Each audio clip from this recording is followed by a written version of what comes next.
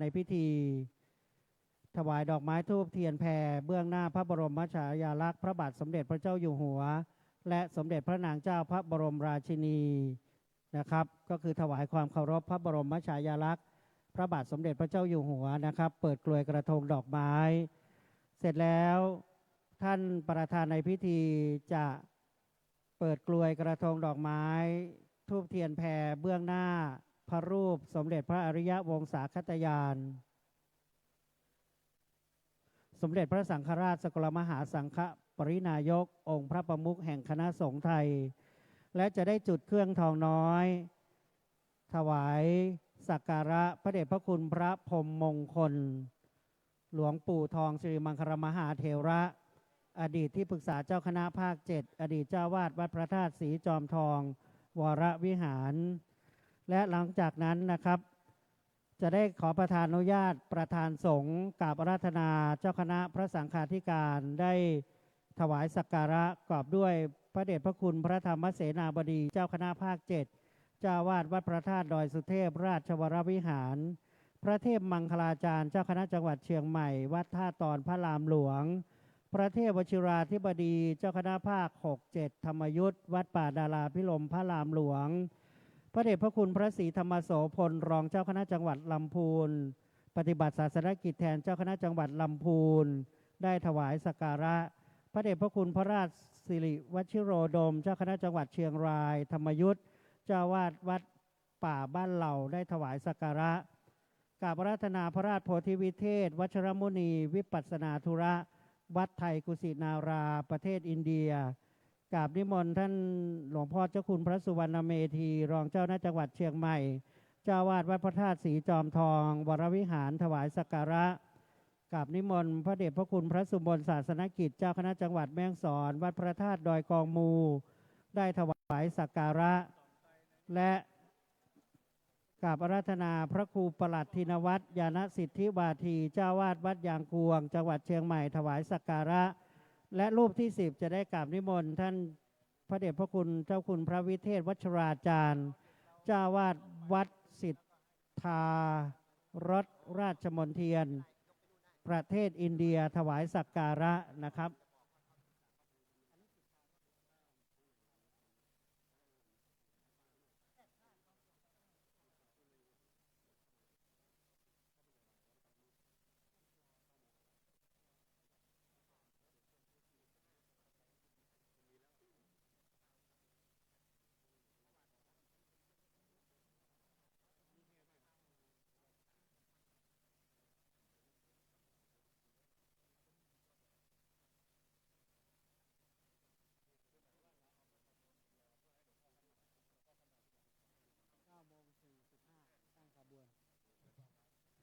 ครับลำดับแห่งพระสงฆ์10รูปมีรูปสุดท้ายพระเดชพระคุณพระวิเทศวัชราจารย์เจ้าวาดวัดสิทธาตุราชมนเทียนประเทศอินเดียนะครับในนามคณะพระธรรมทูตสายประเทศอินเดียและเนปาลถวายสักการะหลังจากนั้นก้าวจะขอประธานอนุญาตเรียนเชิญท่านประธานในพิธีท่านชัยพลสุขเอี่ยมอธิบดีกรมการศาสนาถวายสักการะเรียนเชิญนายวีรพงศ์ฤทธิ์รอดรองผู้ว่าราชการจังหวัดปฏิบัติหน้าที่แทนผู้ว่าราชการจังหวัดเชียงใหม่ถวายสักการะหลังจากนั้นจะได้ไหว้พระรับศีลนะครับเสร็จแล้วพระเดชพระคุณหลวงพ่อพระพรหมวชิระโพธิวงศ์หัวหน้าพระธรรมทูตสายประเทศอินเดียเนปาลเจ้าวาดวัดไทยพุทธคยาประธานฝ่ายสงฆ์จะได้กล่าวสัมโมทนียกถาเป็นเบื้องต้นก่อนนะครับเพราะว่าพระคุณท่านที่นั่งที่เก้าอี้จะได้ไม่ปรับเก้าอี้หลายรอบพระคุณท่านจะปรับเก้าอี้อยู่1รอบตอนพิจารณาผ้าไตรและให้พรหลังจากนั้นก็ลาพระก็เป็นเสร็จพิธีนะครับเพราะฉะนั้นจะได้ถวายหลวงพ่อใหญ่ได้สัมโมทนียกถาก่อนนะครับเมื่อพระเดชพระคุณหลวงพ่อพระพรหมวชิรโพธิวงศ์ได้กล่าวสัมโมทนียกถาจบลงแล้วจะได้เรียนเชิญท่านอธิบดีกรมการศาสนาพร้อมด้วยข้าราชการคณะท่านเจ้าภาพ12ท่านได้ประคองผ้าพระกฐินและจะได้เรียนเชิญท่านประธานในพิธีกล่าวถวายผ้ากฐินนะครับจบลงแล้วจะได้น้อมถวายผ้ากฐินทั้ง12นะครับสำรับแห่งกฐินเบื้องหน้าพระคุณท่าน12วัดและจะได้ถวายอัฐบริขารก็คือผ้าที่นอนที่เรียกว่านิสีธนะอาสนะนะครับ ผ้าปูลาดต่างๆ เสร็จแล้วนะครับก็จะเป็นในส่วนของการเชิญผ้าป่าให้ท่านประธานในพิธีกล่าวคำถวายผ้าป่าเมื่อกล่าวคำถวายผ้าป่าเรียบร้อยแล้วท่านประธานในพิธีจะวางผ้าป่าเบื้องหน้าประธานสงฆ์ในแถวแรกนะครับแถวแรกทั้งหมดนะครับ10 ชุดจะเป็นท่านรองผู้ว่าราชการจังหวัดท่านผอ.พสจ.ท่านวัฒนธรรมท่านนายอำเภอนะครับแถวแรกแล้วก็จะมีญาติโยมที่เข้าไปด้านข้างที่จะได้วางผ้าป่านะครับหรือผ้าป่าถ้าตรงไหนเก้าอี้ว่างเนี่ยท่านที่ญาติโยมที่อยู่ระหว่างแถวอาจจะถวาย2 ชุดก็ได้นะเพราะเราดูแล้วว่าด้านฝั่งนู้นไม่มีโยมอาจจะช้าหมายความว่า1 ท่านที่อยู่ข้างๆก็ถวาย2 ไตรได้นะครับเพราะญาติโยมเราอาจจะไปนั่งไม่ครบในแต่ละข้างนะครับในแต่ละด้านนะครับจะได้เรียนเชิญญาติโยมเราเนี่ยนั่งให้ครบทางผ้าป่าแล้วก็ถือผ้าป่าขึ้นถ้าตรงไหนไม่มีเนี่ยนะครับลำบากนิดนึงละนะว่าท่านอาจจะถือไตรเดียวแต่เวลาวางก็จับวาง2 ไตรเนาะนะครับเอาตามนี้นะครับตามที่ได้ซักซ้อม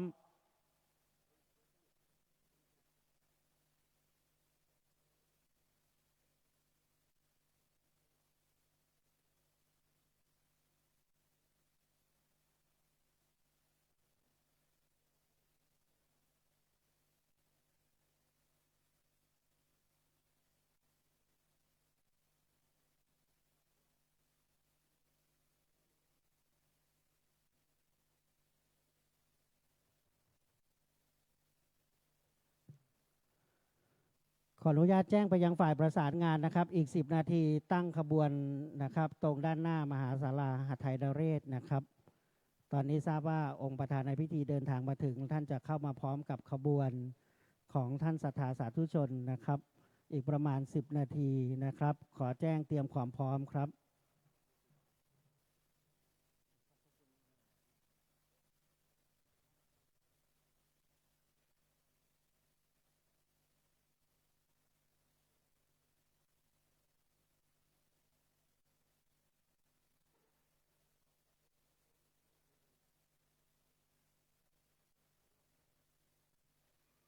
ครับขณะนี้เป็นเวลา 9:30 นาทีซึ่งจะเข้าสู่กำหนดการในการถ่ายทอดเป็นเบื้องต้นนะครับก่อนเข้าสู่การประกอบพิธีลำดับนี้ก้าวขอรับเมตตาในพระเดชพระคุณท่านเจ้าคุณอาจารย์พระวิเทศวัชราจารย์นะครับเจ้าวาดวัดสิทธาราชมนเทียนประเทศอินเดีย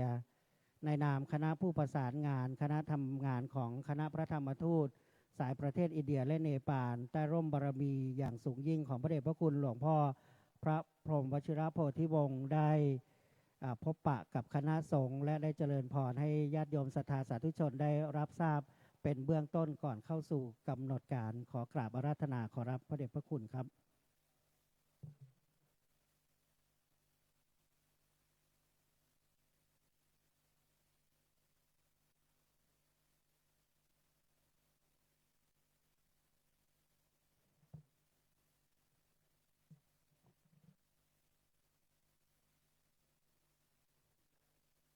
นมัตถุรัตนัตยสะขอถวายความนอบน้อมต่อคุณพระรัตนตรัยอันมีอานุภาพไม่มีที่สุดไม่มีประมาณขอถวายความเคารพในพระเถรานุเถระทุกรูปครับตัวแทนจากวัดทั้ง300 วัดที่เข้ามาอยู่ในที่ประชุมณบัดนี้ขอเจริญพรท่านอธิบดีกรมการศาสนาท่านชัยพลสุขเอี่ยมท่านรองผู้ว่าราชการจังหวัดเชียงใหม่ท่านสสตลอดจนเจ้าภาพแขกผู้มีเกียรติทุกท่านตัวแทนศรัทธาจากวัดพระธาตุศรีจอมทองทุกท่านนับเป็นความน่าปราบปลื้มยินดีกระผมในตัวแทนของพระเดชพระคุณหลวงพ่อพระพรหมวชิรโพธิวงศ์เจ้าอาวาสวัดไทยพุทธคยาหัวหน้าพระธรรมทูตสายประเทศอินเดียเนปาลได้จัดเตรียมโครงการถวายกฐินล้านนาและผ้าป่าวัฒนธรรมผ้าป่าพัฒนาวัดในจังหวัดภาคเหนือ 4 จังหวัดรวม 300 วัดโดยพระเดชพระคุณหลวงพ่อพระพรหมวชิระโพธิวงศ์ขณะนี้กำลังเดินทางจากสนามบินจังหวัดเชียงใหม่เพื่อมาสู่บริเวณศาลาหทัยนเรศวัดพระธาตุศรีจอมทองพระเดชพระคุณหลวงพ่อเมื่อคืนเดินทางจากกรุงนิวเดลีมาสู่สุวรรณภูมิในช่วงประมาณตี 2มาถึงช่วง 6 โมงเช้าเนื่องจากว่าพระเดชพระคุณหลวงพ่อนั้นมีศาสนกิจเป็นประธานรับกฐินที่วัดไทยกุสินาราเฉลิมราชในสถานที่ปรินิพพานขององค์สมเด็จพระสัมมาสัมพุทธเจ้าเป็นความตั้งใจของพระเดชพระคุณหลวงพ่อนะครับเมื่อรับกฐินเสร็จในช่วงบ่ายรีบนั่งเครื่องบินจากเมืองโครักกะปูซึ่งอยู่ห่างจากเมืองกุสินาราประมาณ50 กิโลเมตรนั่งเครื่องบินจากโครักกะปูไปที่กรุงนิวเดลีจากนั้นในช่วงกลางคืนก็นั่งเครื่องบินจากกรุงนิวเดลีเมืองหลวงของประเทศอินเดียมาสู่ที่สนามบินสุวรรณภูมิแล้วเมื่อถึงสนามบินสุวรรณภูมิประมาณ2 ชั่วโมงก็นั่งเครื่องบินจากสุวรรณภูมิมาสู่ที่จังหวัดเชียงใหม่นะครับดังนั้นพระเดชพระคุณหลวงพ่อกำลังอยู่ในระหว่างการเดินทางมาสู่ที่นี่โดยโครงการถวายกฐินล้านนาผ้าป่าเพื่อพัฒนาวัดในจังหวัดภาคเหนือนี้แรกเริ่มเดิมทีด้วยความตั้งใจเมื่อปีที่แล้วได้ถวายกฐินผ้าป่าใน4 จังหวัดชายแดนใต้ให้กับวัด302 วัดเพราะเดิมโครงการถวายกฐินผ้าป่าใต้นั้นเป็นโครงการในการอุปถัมภ์ของสมเด็จพระพันปีหลวงแต่ว่าหยุดไปหลายปีต่อเนื่องไม่มีใครได้จัดโครงการกฐินผ้าป่าให้กับพระใน 3-4 จังหวัดชายแดนใต้กระผมก็เลยมีความคิดว่าถ้าเป็นไปได้ก็อยากจะพลิกฟื้นโครงการถวายกฐินผ้าป่าช่วยเหลือพระใน 3-4 จังหวัดชายแดนภาคใต้ที่อยู่ในพื้นที่เสี่ยงภัยพื้นที่ไม่ปลอดภัยช่วยกันรักษาพระพุทธศาสนาก็กราบเรียนพระเดชพระคุณหลวงพ่อพระพรหมวชิระโพธิวงศ์หัวหน้าพระธรรมทูตสายประเทศอินเดียเนปาลท่านก็เห็นชอบด้วยเพราะเนื่องจากว่าคณะสงฆ์ภาคใต้เดินทางไปสักการะสังเวชนียสถานกับกรมการศาสนากระทรวงวัฒนธรรมทุกปีที่ท่านอธิบดีได้จัดไปแล้วก็ยังมีหน่วยงานของสอบต.ที่ได้รวบรวมชาวพุทธเดินทางไปนมัสการสังเวชนียสถานแล้วมีอยู่ครั้งหนึ่งปรากฏว่ามีโยมสุภาพสตรีเพิ่งไปถึงพุทธคยาได้คืนเดียวได้ทราบข่าวร้ายว่าสามีถูกยิงเสียชีวิตทำให้ภรรยาเนี่ยโศกเศร้าเสียใจมากภรรยาก็ตัดสินใจว่าจะกลับเลยหรืออยากจะอยู่บำเพ็ญบุญบำเพ็ญกุศลให้กับสามีตัวเองในแดนพุทธภูมิสุดท้ายตัดสินใจอยู่ในแดนพุทธภูมิต่อแล้วผมเห็นว่าทุกที่ที่เขาไปเขากรวดน้ำอุทิศให้กับสามีผู้ล่วงลับไม่ใช่แค่น้ำที่หยาดลงไปจากคนโทแต่น้ำตานี่ไหลนองลงมาด้วยน้ำตาไหลนองลงมากระทบพื้นด้วยความโศกเศร้าเสียใจกับคนที่รักที่สูญเสียไปอย่างไม่คาดคิดมาก่อนและเหตุนี้ทำให้เกิดความสะเทือนใจและได้กราบเรียนพระเดชพระคุณหลวงพ่อพระเดชพระคุณหลวงพ่อก็ทราบเรื่องนี้นะครับพระเดชพระคุณหลวงพ่อก็เมตตากับญาติโยมท่านนี้เป็นอย่างยิ่งและด้วยเหตุเหล่านี้เองจึงทำให้พระเดชพระคุณหลวงพ่อได้ดำริว่าถ้าเป็นไปได้เราก็อยากช่วยเหลือคณะสงฆ์ในประเทศไทยโดยเฉพาะคณะสงฆ์ภาคใต้จึงเกิดเหตุการณ์จึงเกิดโครงการถวายกฐินผ้าป่าให้กับ4 จังหวัดชายแดนใต้นะโดยประสานความร่วมมือไปทางท่านอธิบดีชัยพลสุขเอี่ยมอธิบดีกรมการศาสนาท่านก็เห็นชอบด้วยทันทีนะครับในขณะนั้นกระทรวงวัฒนธรรมนะยังมีท่านยุพาทวีวัฒนกิจบวรเป็นปลัดกระทรวงวัฒนธรรมก็ร่วมมือประสานงานกันนะกับสำนักงานพระพุทธศาสนาจังหวัดใน4 จังหวัดในการทอดกฐินผ้าป่าภาคใต้ปรากฏว่าประสบความสำเร็จ ในด้านศรัทธามีชาวพุทธหลั่งไหลมาช่วยเหลือกันเป็นจำนวนมากจึงทำให้งานทอดกฐินผ้าป่าภาคใต้นั้นสำเร็จรุ่ล่วงไปด้วยดีด้วยเหตุนี้ท่านอธิบดีกรมการศาสนาจึงได้เข้ามาปรึกษากันว่าจะเป็นไปได้ไหมถ้าเราจะได้ช่วยเหลือคณะสงฆ์จากทางภาคเหนือบ้างเพราะว่าคณะสงฆ์จากทางภาคเหนือก็ยังมีวัดอีกมากมายที่อยู่ในพื้นที่ห่างไกลวัดที่ตกค้างกฐินวัดที่ประสบความยากลำบากบางวัดศาลาหลังคารั่วไม่มีจตุปัจจัยในการพัฒนาวัดตัวเองก็มากมายด้วยเหตุนี้ก็กราบเรียนพระเดชพระคุณหลวงพ่อเจ้าคุณพระพรหมวชิรโพธิวงศ์ท่านก็เห็นดีเห็นชอบด้วยในทันทีดังนั้นจึงเกิดโครงการกฐินล้านนาและผ้าป่าเพื่อพัฒนาวัดในภาคเหนือครั้งนี้ขึ้นนะครับวางแผนกันมา 8-9 เดือนนะเพื่อจะได้จัดโครงการนี้นะครับได้ให้สำนักงานพระพุทธศาสนาประจำจังหวัดทั้ง4จังหวัดเชียงใหม่เชียงรายลำพูนแม่ฮ่องสอนร่วมกับคณะสงฆ์ทั้ง4จังหวัดนะได้สำรวจวัดที่จะเข้ารับกฐินและผ้าป่านะครับก็ได้วัดที่จะเข้ารับกฐินจังหวัดละ3วัดรวม4จังหวัด12วัดเข้ารับผ้าป่า288 วัดนะฮะก็ทำให้ทุกท่านทุกวัดได้มาชุมนุมกันอยู่ที่นี่จึงนับเป็นโครงการที่น่าปราบปลื้มยินดีน่าชื่นใจนะครับเมื่อผมได้เห็นแต่ละวัดมานั่งกันอยู่ที่นี่ก็ทำให้เกิดความรู้สึกนะว่าเป็นบุญอย่างยิ่งจริงๆที่เราได้ช่วยเหลือเกื้อกูลกันเพื่อทำให้พระพุทธศาสนาของเราสามารถจะทำรงอยู่ต่อไปได้โดยเฉพาะภาคเหนือในช่วงโควิดผมมีโอกาสอยู่จำพรรษาที่จังหวัดเชียงรายตลอดระยะเวลาช่วงโควิดเนื่องจากตอนนั้นประเทศอินเดียเอกอัครราชทูตไทยประจำกรุงนิวเดลีได้ขอพระธรรมทูตว่าขอให้เดินทางกลับประเทศไทยก่อนนะฮะราชทูตได้ขอธรรมทูตด้วยเหตุนี้พระธรรมทูตส่วนหลักจึงเดินทางกลับมาอยู่ที่ประเทศไทยตัวกระผมไปจำพรรษาอยู่ที่จังหวัดเชียงรายด้วยความชอบใจในอัธยาศัยไมตรีของคนภาคเหนือที่มี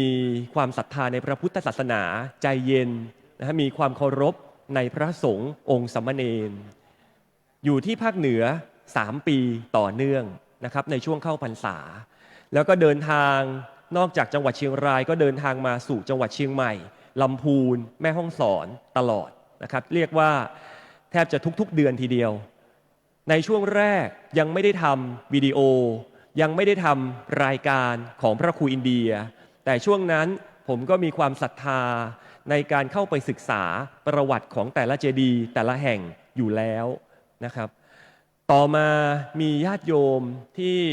ได้ไปด้วยกันได้สักการะพระธาตุเจดีย์ต่างๆด้วยกันก็เห็นว่าท่านอาจารย์ทำไมท่านอาจารย์ถึงไม่ทำวิดีโอเล่าเรื่องราวให้คนที่เขาไม่มีโอกาสได้เดินทางมาได้ร่วมสักการะได้ร่วมบูชาได้ร่วมเจริญศรัทธาเจริญกุศลไปในการที่เราไปเห็นพระเจดีย์สำคัญต่างๆโบราณสถานสำคัญต่างๆทั่วภาคเหนือบ้างด้วยเหตุนี้ผมจึงเริ่มทำวิดีโอขึ้นเริ่มครั้งแรกเริ่มจากภาคเหนือนะครับไม่ได้เริ่มจากประเทศอินเดียพระครูอินเดียเริ่มทำวิดีโอแรกจากที่ภาคเหนือในจังหวัดเชียงรายแล้วก็จังหวัดเชียงใหม่นะครับเพราะว่าตอนนั้นยังไม่ได้กลับไปที่อินเดียยังเป็นช่วงปลายยุคโควิดดังนั้นจึงเรียกว่ามีความผูกพันนะฮะแล้วมีความเคารพมีความรักต่อคณะสงฆ์ใน4จังหวัดภาคเหนือมากแล้วก็มีความศรัทธาในพระธาตุเจดีย์ในร่องรอยบุญของครูบาเจ้าศรีวิชัยตนบุญแห่งล้านนาเป็นอย่างยิ่งเพราะผมไปเจดีย์ต่างๆที่สำคัญในภาคเหนือก็เห็นร่องรอยบุญของหลวงปู่ครูบาทั้งสิ้น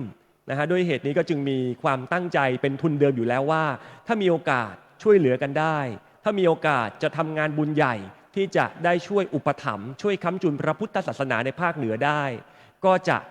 ไม่ลังเลใจเลยที่จะจัดโครงการที่จะระดมทุนระดมกำลังศรัทธาจากทั่วประเทศมาช่วยเหลือคณะสงฆ์ในภาคเหนือซึ่งวันนี้ก็น่าจะเป็นประตูไป ไปสู่ความตั้งใจที่สำเร็จและคิดว่าถ้าเป็นไปได้ก็ยังอยากจะทำโครงการแบบนี้ทุกปีทุกปีทุกปีปีนี้เป็นปีแรกนะเพิ่งจะได้เริ่มระดมกำลังเริ่มบอกบุญไปคนก็อาจจะยังไม่ค่อยได้เห็นยังไม่ค่อยได้รู้ยังไม่ค่อยได้รับทราบข่าวสารเท่าไหร่แต่เชื่อว่าปีต่อๆไปเมื่อเห็นว่าบัดนี้เรามีการถวายกฐินผ้าป่าจริงเรามีการช่วยเหลืออุปถัมภ์พระสงฆ์ในภาคเหนือจริงก็เชื่อว่าในปีถัดๆไปนะศรัทธามหาชนจากทั่วประเทศไทยก็จะหลั่งไหลมาร่วมกันมากยิ่งขึ้นไปกว่านี้นะแล้วซึ่งในวันนี้นะครับผมได้กราบเรียนพระเดชพระคุณหลวงพ่อเจ้าคุณพระพรหมวชิรโพธิวงศ์ว่าเนื่องจากเหตุการณ์การเสด็จสวรรคตของสมเด็จพระพันปีหลวงเมื่อช่วงกลางคืนที่ผ่านมาขอพระเดชพระคุณหลวงพ่อได้เมตตานำพาคณะสงฆ์ที่มาชุมนุมกัน300 วัดในภาคเหนือได้สวดพระอภิธรรมถวายสมเด็จพระพันปีหลวงและได้ร่วมกันเจริญจิตตภาวนาสัก93 วินาทีถวายให้แก่พระองค์ท่านนะซึ่งก็ได้เรียนปรึกษากับทางพระเดชพระคุณหลวงพ่อได้ปรึกษากับทางท่านอธิบดีกรมการศาสนาทางสำนักพุทธก็พบว่าเป็นสิ่งที่สามารถจะกระทำได้นะครับดังนั้นเดี๋ยวช่วงเวลาก่อนที่พระเดชพระคุณหลวงพ่อและจะนำพาคณะสงฆ์ได้ให้พรนะเป็นช่วงตอนสุดท้ายก็อาจจะขอกำลังแรงใจของทุกวัดนะครับทุกท่านได้ร่วมกันสวดพระอภิธรรมได้ร่วมกันเจริญจิตตภาวนาถวายให้กับสมเด็จพระพันปีหลวงเชื่อว่าคงจะเป็นชุดแรกที่เป็นพลังใหญ่ของคณะสงฆ์ในภาคเหนือนะครับที่จะได้ทำถวายให้กับสมเด็จพระพันปีหลวงด้วยก็หวังเป็นอย่างยิ่งนะครับว่าในโครงการทอดกฐินผ้าป่าภาคเหนือในครั้งนี้จะได้เป็นกำลังใจเป็นแรงใจให้กับทุกวัดเป็นการสนับสนุนอุปถัมภ์งานพระพุทธศาสนาค้ำจุนพระสัทธรรมแห่งองค์สมเด็จพระศาสดาให้ดำรงอย่างมั่นคงสืบต่อไปบนแผ่นดินภาคเหนือของเรานะครับจึงขออนุโมทนากับทุกรูปนะครับที่ได้มาร่วมกันในเหตุการณ์ครั้งประวัติศาสตร์เหตุการณ์ครั้งสำคัญที่เราจะถวายผ้าป่ากฐินล้านนา300 วัดในวันนี้นะครับขอบคุณทุกรูปครับ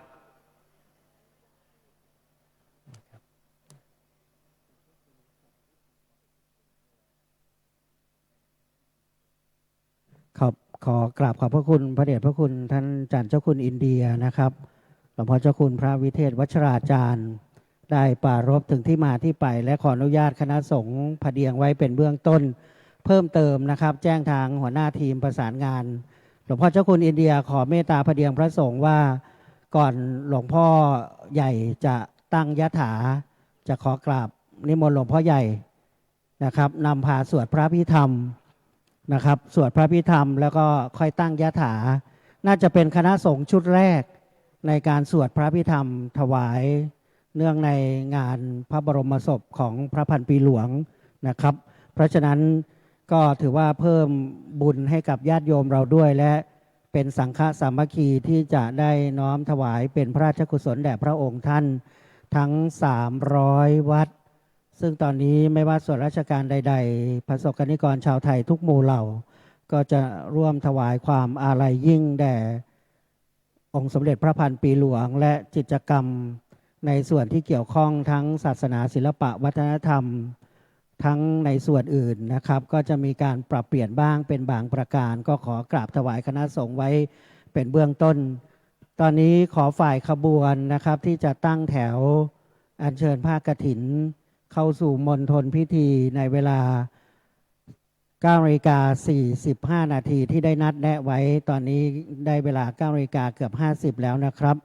ก็จะเริ่มพิธีหลังที่หลวงพ่อเจ้าคุณพระพรหมวชิรโพธิวงศ์ได้เมตตาเข้ามาสู่มหาศาลาและจะได้เข้าสู่ลำดับศาสนพิธีการตามลำดับในการนี้นะครับพระเดชพระคุณหลวงพ่อพระธรรมเสนาบดีเจ้าคณะภาค 7 เจ้าวาดวัดพระธาตุดอยสุเทพราชวรวิหาร พระเดชพระคุณได้เมตตามาถึงยังมหาศาลาหทัยนเรศแห่งนี้ ซึ่งพระเดชพระคุณกำกับดูแลการคณะสงฆ์ในเขตปกครอง3จังหวัดเชียงใหม่ลำพูนแม่ฮ่องสอนซึ่งนับแล้วขาดเพียงจังหวัดเดียวคือเชียงรายใน4จังหวัดที่รับอาราธนานิมนต์มารับผ้ากฐิน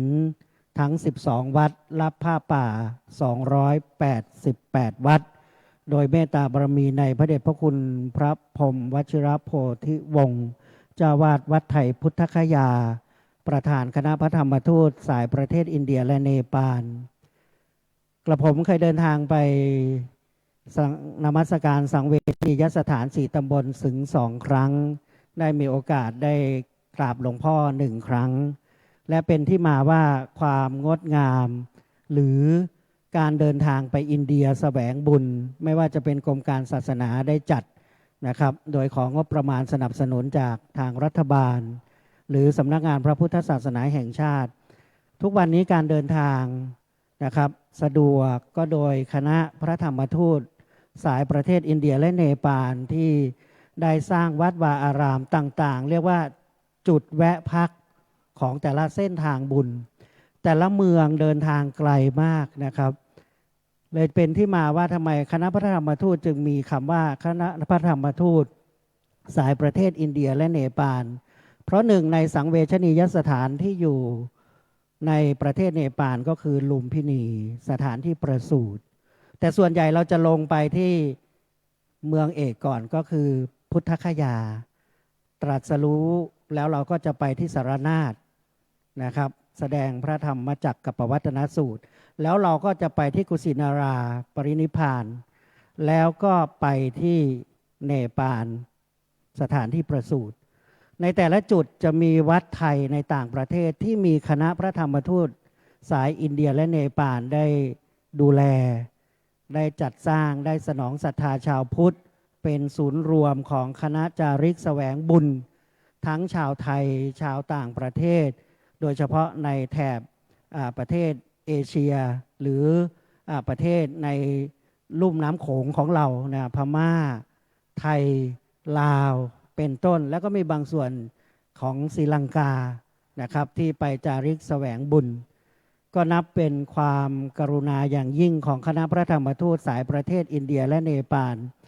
ซึ่งในสายประเทศอินเดียและเนปาลสืบทอดกันมาตั้งแต่ครั้งองค์หลวงพ่อเจ้าประคุณสมเด็จพระพุทธาจารย์อาจพระมหาเถระอดีตผู้ปฏิบัติหน้าที่สมเด็จพระสังฆราชอดีตเจ้าวาดวัดมหาธาตุยุวราชรังสฤษฎิพระอาจารย์ใหญ่สำนักวิปัสสนากรรมฐานซึ่งตอนนั้นก็มีพระเดชพระคุณหลวงพ่อพระธรรมธีรราชมหามุนีหลวงพ่อโชดกซึ่งเป็นเจ้าคุณอาจารย์ของหลวงปู่ด้วยนะครับมีหลวงพ่อใหญ่อีกองค์หนึ่งเป็นชาวพม่าหลวงพ่อพัฒนันตะอาสภะที่วิเวกอาสมชลบุรีผมยังเคยไปกราบพูดแล้วขนลุกนะเพราะถ้าเล่าประวัติเรื่องพวกนี้นะครับแล้วรู้สึกปลื้มใจแล้วก็การถ่ายทอดของเส้นทางจาริกแสวงบุญไปอินเดียก็เริ่มต้นมาจากวัดมหาธาตุต่อเนื่องมาโดยพระวิสุทธาธิบดีอดีตเจ้าวาดหรือว่าหลวงพ่อบุญเลิศทัตตสุทธิเป็นหัวหน้าพระธรรมทูตสายอินเดียหลวงพ่อไปอยู่จำพรรษามากจนรับอาราธนามาดำรงตำแหน่งเจ้าอาวาสวัดมหาธาตุแล้วก็ต่อเนื่องมาเรื่อยๆถึงพระเดชพระคุณพระพรหมวชิราธิบดีแล้วก็มอบหมายต่อมาถึงหลวงพ่อพระพรหมโพธิวชิระโพธิวงศ์นะครับก็ได้ชื่อว่าเป็นธรรมทูตสายอินเดียเนปาลที่ทำงานอย่างสูงสุดเลยนะครับในการดูแลพุทธศาสนิกชนดูแลพระศาสนาที่จาริกแสวงบุญก็ขอเกริ่นนำอนุญาตถวายไว้ถึงที่มาที่ไปต่อจากท่านเจ้าคุณอาจารย์พระวิเทศวชราจารย์เมื่อสักครู่และในการนี้มีการประชุมหลายรอบก็ได้รับเมตตาจากท่านเจ้าวาดวัดพระธาตุสีจอมทองพระเดชพระคุณท่านหลวงพ่อเจ้าคุณพระสุวรรณเมธีอีกตำแหน่งหนึ่งหลวงพ่อดำรงตำแหน่งรองเจ้าคณะจังหวัดเชียงใหม่ฝ่ายศึกษาสงเคราะห์นะครับซึ่งถือว่าถ้าบอกว่าเป็นงานของฝ่ายสาธารณูปการไหมหลวงพ่อไม่เกี่ยงนะหลวงพ่อมาได้วัดเรายินดีต้อนรับในการจัดกฐินสามัคคีผ้าป่าสามัคคีเป็นที่ต้อนรับคณะสงฆ์ ทั้ง300วัดทั้ง4จังหวัดได้นะครับข้าวปลาอาหารภัตตาหารสำหรับญาติโยมด้วยเป็นโรงทานก็มีมากมายต้องขอกราบขอบพระคุณทางสภาวัฒนธรรมจังหวัดเชียงใหม่ท่านกำนันผู้ใหญ่บ้านและโดยการประสานงานของท่านนายอำเภอจอมทองนะครับขอเชิญขบวนแห่ครับได้รับการประสานงานจากท่านผอกลุ่มส่งเสริมศาสนาศิลปะและวัฒนธรรมผู้ประสานงานหลักในฝ่ายพื้นที่นะครับที่ได้รับมอบหมายจากท่านอธิบดีกรมการศาสนาท่านชัยพลสุขเอี่ยมนะครับจะได้จัดขบวนในตอนนี้ครับเพื่อเข้าสู่มณฑลพิธีเมื่อพระเดชพระคุณหลวงพ่อมาถึงก็จะเข้าสู่กำหนดการดังที่กระผมได้กราบพระเดียงถวายไว้และนำเรียนศรัทธาสาธุชนวันนี้ญาติโยมทุกคนรวมทั้งช่างฟ้อนผู้งดงามจะได้นั่งด้านข้างพระคุณท่านประคองผ้าไตรผ้าป่าทั้ง300ชุดนะครับเพราะฉะนั้นไม่ว่าจะเป็นฝั่งซ้ายฝั่งขวาทุกท่านจะได้มีส่วนร่วมแต่ขอเมตตาอย่างยิ่งว่าในการประกอบพิธีเพื่อความงดงามในขณะกระทำการประกอบพิธีที่สำคัญนี้ก็ไม่ควรที่จะนำมือถือขึ้นมาถ่ายนะครับบางทีมัวแต่ถ่ายภาพเรากล่าวคำพระป่าไปด้วยแต่อยากเชลฟี่ไปด้วยก็จะไม่งามเพราะมีการถ่ายทอดก็ถือว่าเป็นบุญและให้จารึกอยู่ในใจเราแล้วก็ไปดูย้อนหลังจาก Facebook ของวัดพระธาตุสีจอมทองแคปหน้าจอได้นะครับว่าตอนนั้นเป็นหน้าที่ของเราซึ่งตอนนี้เจ้าหน้าที่นะครับจากศูนย์พิธีการนะครับที่ได้รับพระราชทานที่7ของเชียงใหม่นะครับสำนักปลัดกระทรวงวัฒนธรรมได้เชิญผ้ากฐินทั้ง12ไตรกฐินตามประเพณีล้านนาซึ่งกับผมได้ฟังเทศมาหลายครั้งมีท่านพระอาจารย์พระครูปลัดธิดาวัฒน์ยานสิทธิวาทีสามเณรธรรมาทองรูปแรกนะครับได้ปรารภในงานบุญสลากพัดของท่านอาจารย์ที่วัดยางกวงว่าพี่น้องล้านนาเราสิ่งที่จะต้องทำให้ครบในบุญใหญ่4ประการที่เป็นความเชื่อแบบล้านนามี4อย่างบุญแรกคือบุญบวชลูกชายบุญที่2บุญสลากพัดบุญที่3บุญตั้งธรรมหลวงฟังเทศมหาชาติ13กันจบในวันเดียวและบุญที่4คือบุญมหากฐินเพราะฉะนั้นนี่เป็นหลักสำคัญจึงเป็นประเพณีวัฒนธรรมที่งดงามคู่กับประเทศไทยเรามาตั้งแต่กรุงสุโขทัยเป็นราชธานีขอกราบเรียนเชิญท่านผู้มีเกียรติทั้ง12ท่านได้ประคองผ้าไตรกฐินตามลำดับเบื้องหน้ามหาศาลาหทัยนเรศกราบเรียนเชิญท่านชัยพลสุขเอี่ยมท่านอธิบดีกรมการศาสนาเรียนเชิญท่านวีรพงษ์ฤทธิ์รอดรองผู้ว่าราชการจังหวัดปฏิบัติหน้าที่แทนผู้ว่าราชการจังหวัดเชียงใหม่เรียนเชิญคุณอัญชรียุพเมฆท่านฐานบดีทายิกาผู้สำคัญเรียนเชิญคุณพัทราตุราธรรมธร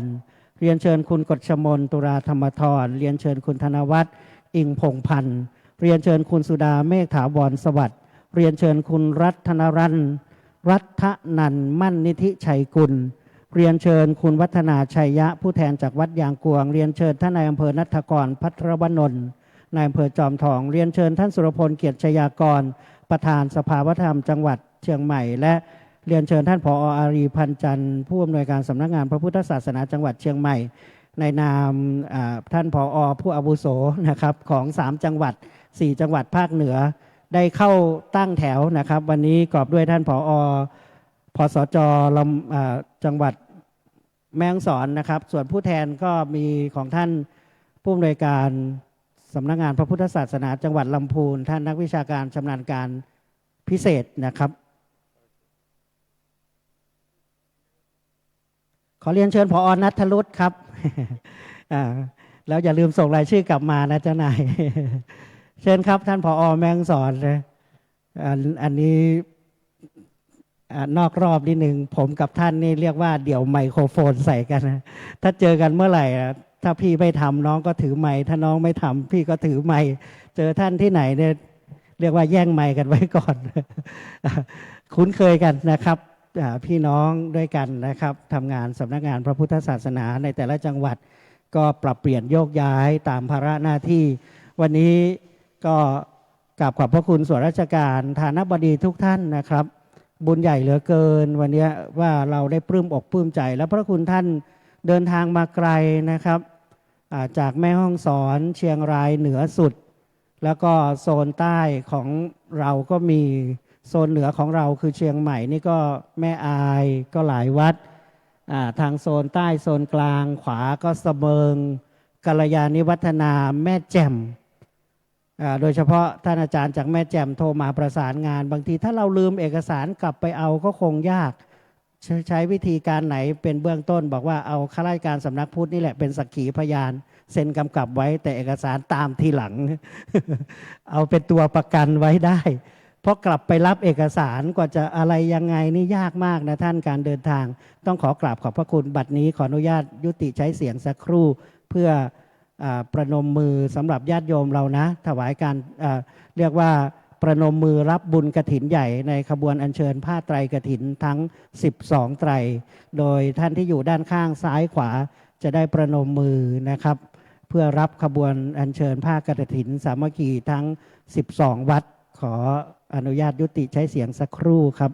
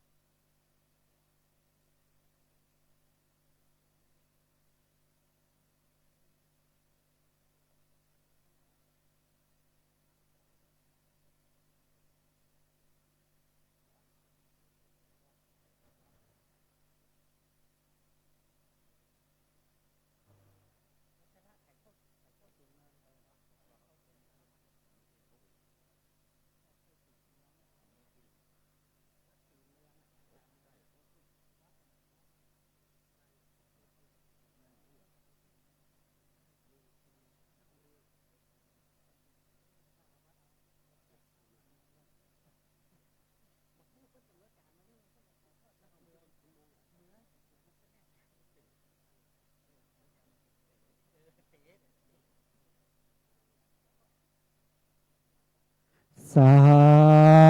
ธุทุกท่านญาติโยมเราประนมมือนะ ท่านประธานในพิธีแขกผู้มีเกียรติได้เชิญธงกฐินผ้าไตรกฐินทั้ง12ไตรสาธุสาธุสาธุสาธุสาธุ บัดนี้ท่านอธิบดีกรมการศาสนาท่านชัยพลสุขเอี่ยมท่านรองผู้ว่าราชการจังหวัดท่านวิรพงษ์ฤทธิ์รอดปฏิบัติหน้าที่แทนผู้ว่าราชการจังหวัดเชียงใหม่ท่านสุรพลเกียรติชัยยากรท่านฐานบดีทุกท่านได้เชิญผ้ากฐินทั้ง12นะครับวัดโดยคณะวัฒนธรรมการแต่งกายพื้นที่พื้นถิ่นขอทุกท่านได้ประคองไว้สัก10 วินาทีเพื่อช่างภาพผ้ากฐินเป็นบุญใหญ่บุญกฐินสามัคคีมีมากล้นเราทุกคนจะได้ร่วมใจเป็นกุศลในวันนี้ โดยท่านอธิบดีจะได้เป็นผู้แทนนะครับมีขบวนโตกิ่งกะลาแบบพี่น้องชาวไตนะครับขอกราบขอบพระคุณทุกท่านได้วางเบื้องหน้าแท่นที่จะวางนะครับในท่ามกลางพระสงฆ์และขณะนี้ในด้านศิลปะวัฒนธรรมแบบล้านนาจะได้ตั้งแถวรับพระเดชพระคุณหลวงพ่อพระพรหมวชิระโพธิวงศ์คณะท่านเจ้าภาพทั้งหมดเรายืนอยู่ประจำที่ได้เลยนะครับหลวงพ่อในช่วงนี้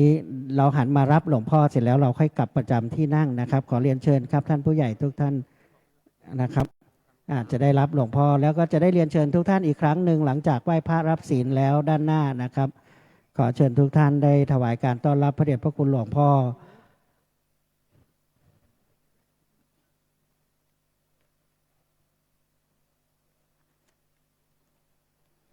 ในเมตตาบารมีขององค์หลวงพ่อเจ้าประคุณสมเด็จพระมหาธีราจารย์เจ้าคณะใหญ่หนเหนือกรรมการมหาเถรสมาคมได้มีเถรบัญชามอบถวายพระเดชพระคุณพระพรหมวชิระโพธิวงศ์ประธานคณะพระธรรมทูตสายอินเดียและเนปาลเจ้าวาดวัดไถ่พุทธคยาได้เป็นประธานในพิธีทอดถวายผ้ากฐินสามัคคีผ้าป่ามหากุศลพัฒนาวัดซึ่งส่วนราชการกอบด้วยท่านอธิบดีกรมการศาสนาท่านรองผู้ว่าราชการจังหวัดเชียงใหม่ได้ถวายการต้อนรับหลังจากนั้นเมื่อพระเดชพระคุณได้ไปยังเบื้องหน้าโต๊ะหมู่บูชาแล้วจะขอเรียนเชิญแขกผู้มีเกียรติทุกท่านประจำเก้าอี้ที่นั่งนะขอรับจะได้เข้าสู่ลำดับศาสนพิธีขอรับ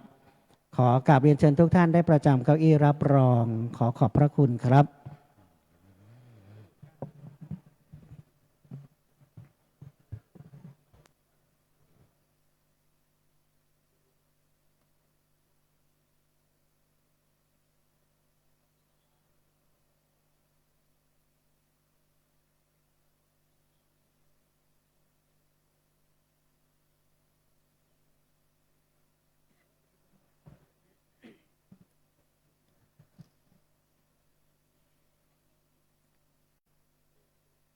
กราบนิมนต์พระคุณท่านทุกรูปยืนประนมมือนมัสการพระรัตนตรัยเรียนเชิญผู้มีเกียรติทุกท่านครับ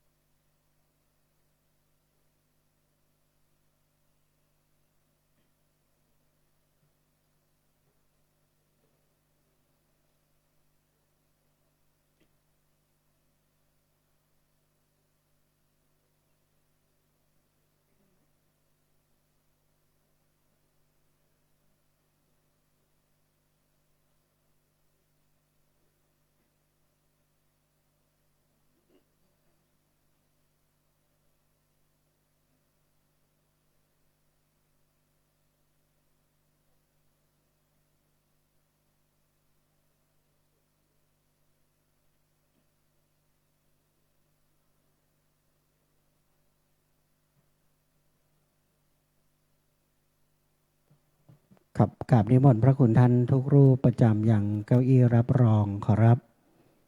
เดี๋ยวเชิญทุกท่านนั่งลงนะครับ บัดนี้พระเดชพระคุณพระพรหมวชิรโพธิวงศ์องค์ประธานในพิธีได้จุดธูปเทียนบูชาพระรัตนตรัยและขอกราบอาราธนาพระเดียงพระสงฆ์ทรงสมณศักดิ์ทั้ง10รูปได้ประจำยังอาจสงฆ์ด้านข้างองค์หลวงพ่อประธานในพิธีขอรับ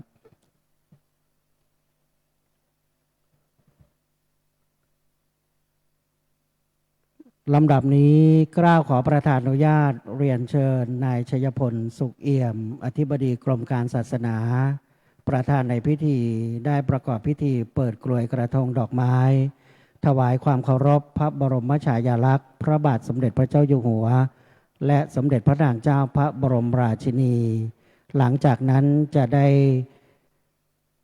เปิดกลวยกระทงดอกไม้ทูบเทียนแผ่เบื้องหน้าพระรูปสมเด็จพระอริยวงศาคตยาน สมเด็จพระสังฆราชสกลมหาสังฆปรินายก และจุดเครื่องทองน้อยเบื้องหน้า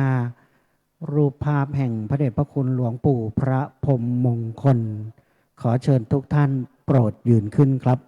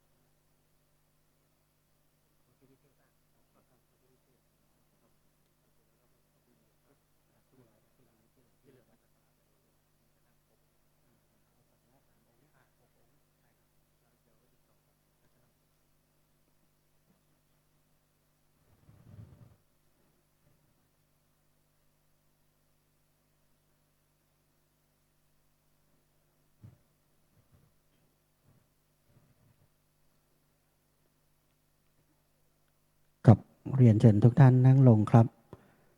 กราบนมัสการพระเดชพระคุณพระพรหมวชิระโพธิวงศ์เจ้าวาดวัดไถ่พุทธคยา ด้วยความเคารพอย่างยิ่ง กล่าวขอประทานอนุญาตกราบอาราธนาพระมหาเถระ และเรียนเชิญข้าราชการชั้นผู้ใหญ่และผู้ร่วมพิธี เข้าถวายเครื่องสักการะตามลำดับ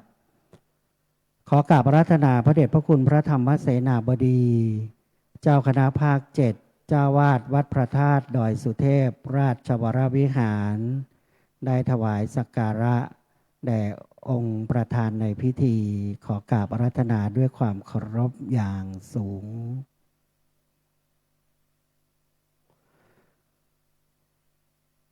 กราบอาราธนาพระเดชพระคุณพระศรีธรรมโสพล รองเจ้าคณะจังหวัดลำพูนปฏิบัติศาสนกิจแทนพระเทพรัตนนายก เจ้าคณะจังหวัดลำพูนถวายสักการะ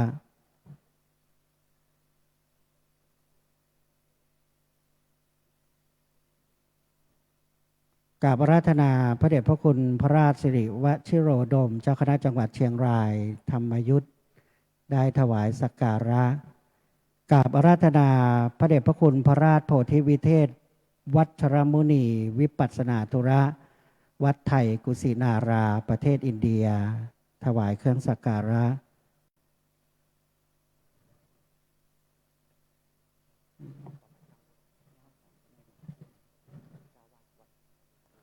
กราบอาราธนาพระเดชพระคุณพระสุวรรณเมธีเจ้าวาดวัดพระธาตุศรีจอมทองวรวิหารรองเจ้าคณะจังหวัดเชียงใหม่ปฏิบัติหน้าที่แทนพระเดชพระคุณพระเทพมังคลาจารย์เจ้าคณะจังหวัดเชียงใหม่ถวายสักการะกราบอาราธนาพระเดชพระคุณพระวิเทศวัชราจารย์เจ้าวาดวัดสิทธาราชมนเทียน ประเทศอินเดียถวายสักการะและกราบอาราธนาพระครูประหลัดธินวัตรญาณสิทธิวาทีเจ้าวาดวัดยางกวางอำเภอเมืองเชียงใหม่ถวายสักการะ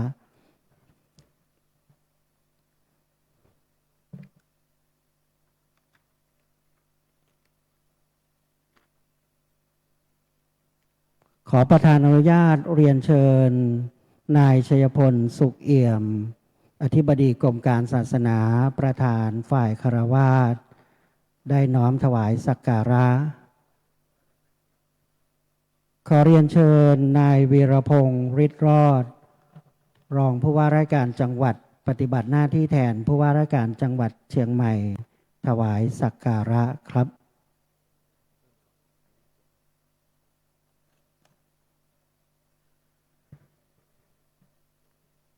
ขอเรียนเชิญนาย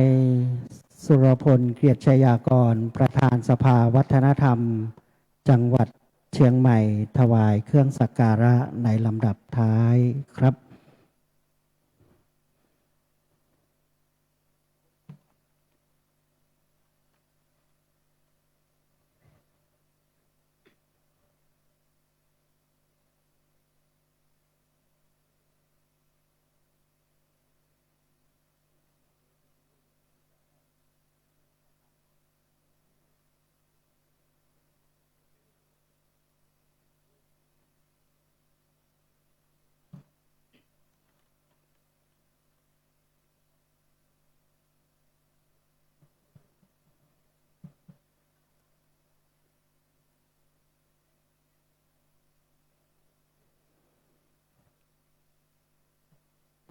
และในการนี้ครับการประกอบพิธีถวายผ้ากฐินล้านนาและผ้าป่าพัฒนาวัดภาคเหนือ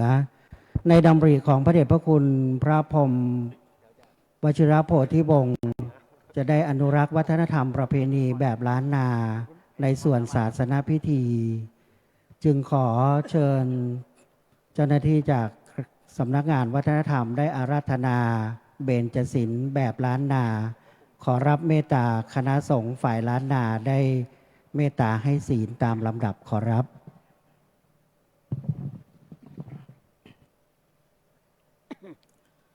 มะยังพันเต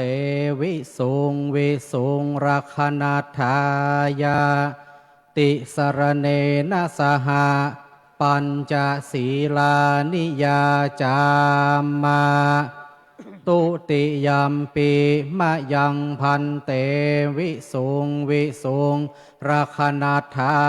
ยาติสรเนนะสหะปัญจศีลานิยาจามมาตติยัมปีมะยังพันเตวิสุงวิสุงราคณัฏฐายาติสรเนนะสหะปัญจศีลานิยาจามมานะโมตัสสะภะคะวะโตอะระหะโตสัมมาสัมพุทธัสสะนะโม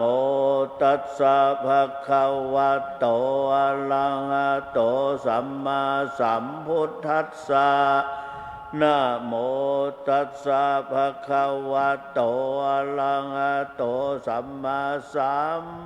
พุทธัสสะนะโมตัสสะภะคะวะโตอะระหะโตสัมมาสัมพุทธัสสะนะโมตัสสะภะคะวะโตอะระหะโตสัมมาสัมพุทธัสสะนะโมตัสสะภะคะวะโตอะระหะโตสัมมาสัมพุทธัสสะพุทธังสรณังคัจฉามิพุทธังสรณังคัจฉามิธัมมังสรณังคัจฉามิธัมมังสรณังคัจฉามิสังฆังสรณังคัจฉามิสังฆังสรณังคัจฉามิตุติยัมปิพุทธังสร นัง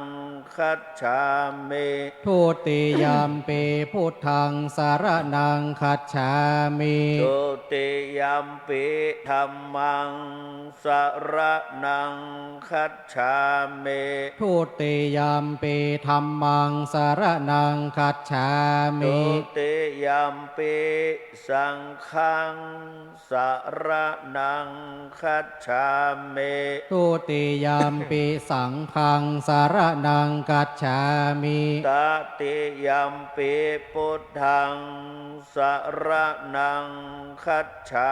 มิ ตติยามปีพุทธังสารนังคัจฉา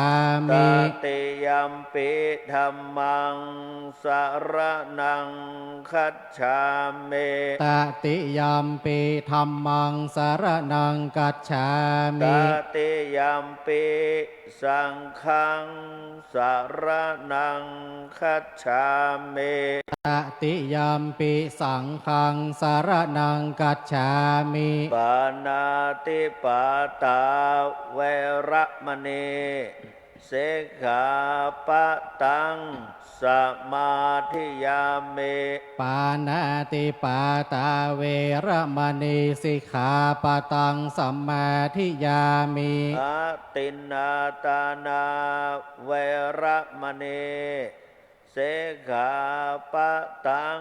สมาธิยามิ อาตินนาตานาเวระมณีสิกขาปะตังสัมมาทิยามิ กาเมสุมิจฉาจาราเวระมณีสิกขาปะตังสมาธิยามิ กาเมสุมิสาจาลาเวระมณีสิกขาปะตังสัมมาทิยามิ มุสาวาตาเวระมณีสิกขาปะตังสมาธิยามิ มุสาวาตาเวระมณีสิกขาปะตังสัมมาทิยามิ สุราเมรยมัชฌะปมาตฐานาเวระมณีสิกขาปะตังสมาธิยามิ สุลาเมลยะมาชาปมาตฐานาเวระมณีสิกขาปะตังสัมมาทิยามิ อิมาเนปัญจสิกขาปตาเนเสเลนะสุขติงยันเตเสเลนะโภคะสัมปตาเสเลนะเนโพติงยันเตตัสมาสีลังวิโสทะเย สาธุ ลำดับนี้กล่าวขอประทานอนุญาต พระเดชพระคุณพระพรหมวชิรโพธิวงศ์หัวหน้าพระธรรมทูตสายประเทศอินเดียเนปาลเจ้าวาดวัดไทยพุทธคยาประธานสงฆ์ได้เมตตากล่าวสัมโมทนียกถาลำดับถัดจากนั้นจะเป็นการกล่าวคำถวายผ้ากฐินและผ้าป่าตามลำดับครับ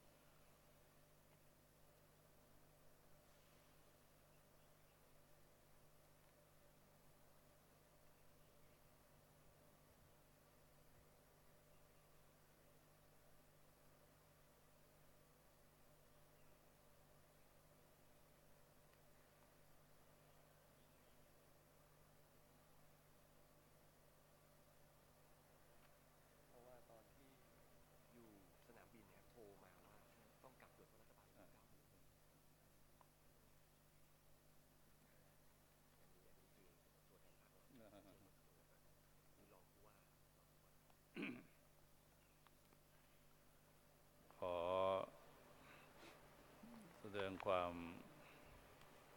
นอบน้อมแด่ท่านเจ้าพระคุณสมเด็จพระมหาธิราจารย์เจ้า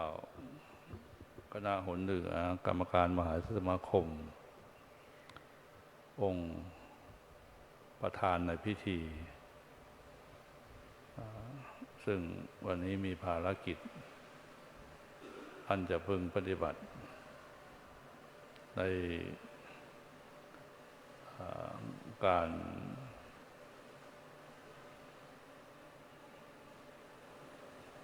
ยังกฐินสงเคราะห์ในสายต่างประเทศขอ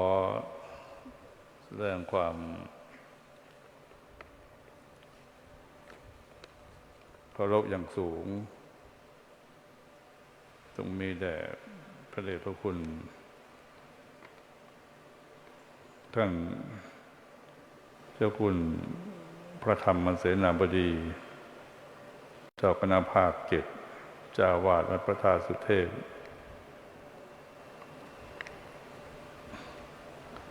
และคณะสงฆ์ทั้งหลายทั้งมวลที่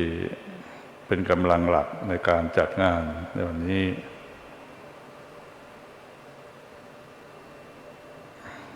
ขออนุโมทนาท่านยุพาทวีวัฒนากิจบวรท่านปลัดสำนักนายกที่เป็นกำลังหลักกำลังสำคัญฝ่ายอุบาสิกาแล้วก็ท่าน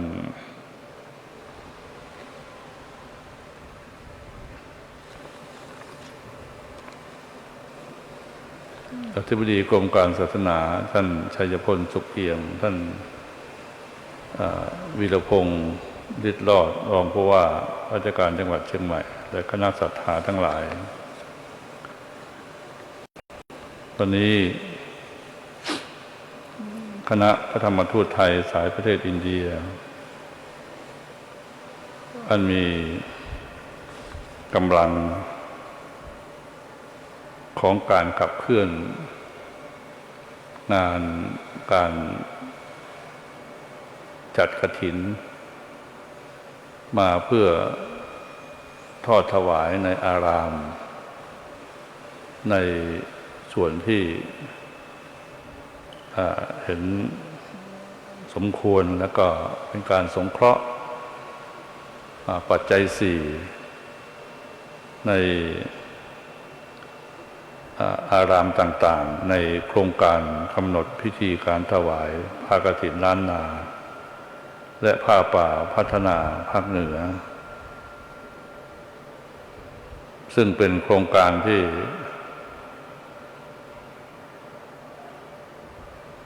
ยึดโยงพุทธประเพณีที่องค์สมเด็จพระโมคคัลลีนาถศาสดาจารย์ทรงประทานผ้ากฐินให้เป็นมรดกสืบทอดต่อทางของพุทธบริษัทโดยมีพุทธสาวกคือพระสงฆ์เป็นแกนหลักแกนนำของการบำเพ็ญมหาทานคณะพระธรรมทูตไทยสายประเทศอินเดียผู้เป็นกำลังในการขับเคลื่อนประสานภารกิจก็มีท่านเจ้าคุณ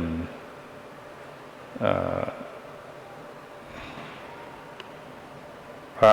วิเทศวัชราจารย์เป็นกำลังสำคัญผู้เป็นกำลังในการสนับสนุนท่านเจ้าคุณพระราชโพธิวิเทศวัชรมุนีเจ้าวาดวัดกุสินาราเฉลิมราชเป็นต้นฉะนั้นในความสำคัญ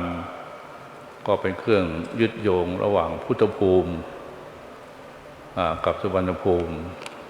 โดยส่วนหลักที่เราได้ก่อขึ้นงานในวันนี้โดยเฉพาะอย่างยิ่งท่าน อ่าอธิบดีชัยพลสุขเอี่ยมมีความปรารถนาเรื่องบุญกุศลนี่มากเพราะว่าท่านได้ลงพื้นที่จริงของพุทธภูมิโดยการเข้าปฏิญาณตนบวชใต้ต้นพระศรีมหาโพธิ์แล้วก็เห็นกิจว่าพระสงฆ์นี่คือใครพุทธศาสนาจะอยู่ได้ดำรงความมั่นคงอยู่อย่างไรและพุทธศาสนิกชนทั้งหลายจะมีความสุขมีความเจริญงอกงามภายใต้กระแสธรรมที่อยู่ในพระศาสนาออกไปสู่ประชาชนได้ยังไงมันก็มีความตั้งใจสูงแต่ว่ายิ่งได้พระสงฆ์อย่างท่านเจ้าคุณพระวิเทศวัชราจารย์เลขาการหัวหน้าพระธรรมทูตไทยสายประเทศอินเดียเจ้าวาดวัดสิทธาราชมนเทียนก็มีความฝักใฝ่ในกิจอันนี้นะครับจนเป็นกิจที่ต่อเนื่องมากันนี้ก็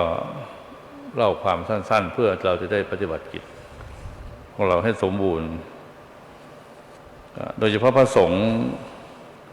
ผู้เป็นกำลังใจผู้เป็นกำลังชี้ทางให้กำลังของการทำงานนอกจากหลวงพ่อเจ้าคุณสมเด็จพระมหาธีราจารย์แล้วมีท่านเจ้าคุณพระรองสมเด็จท่านเจ้าคุณพระพรหมเสนาบดีวันนี้ก็ให้ความมั่นใจแล้วก็ให้ความมอบหมายให้พระเดชพระคุณท่านเจ้าคุณพระธรรมเสนาบดีเจ้าคณะภาค7เจ้าวาดวัดพระธาตุสุเทพดอยสุเทพและคณะสงฆ์ได้ร่วมกันดำรงกิจนี้ไว้เป็นกำลังเป็นแบบอย่างเพื่อที่จะได้ให้กำลังใจกับพระสงฆ์ที่จัดกฐินทอดถวายและให้กำลังงานกับพระสงฆ์ที่มีกฐินทอดโดยญาติโยมทั้งหลายแล้วจัดผ้าป่ามาสมทบโดยเป็นผ้าป่าพัฒนาวัดภาคเหนือก็